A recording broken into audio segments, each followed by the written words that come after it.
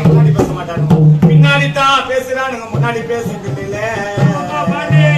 பாண்டி மாமா நேத்து ஆச்சே மட்டையில முந்தா நேத்து வந்தாரு பொருள் செல்லுல வாங்கலா இருக்க மாட்டோம். பாண்டி மாமா வாங்கலா இருக்க மாட்டோம்.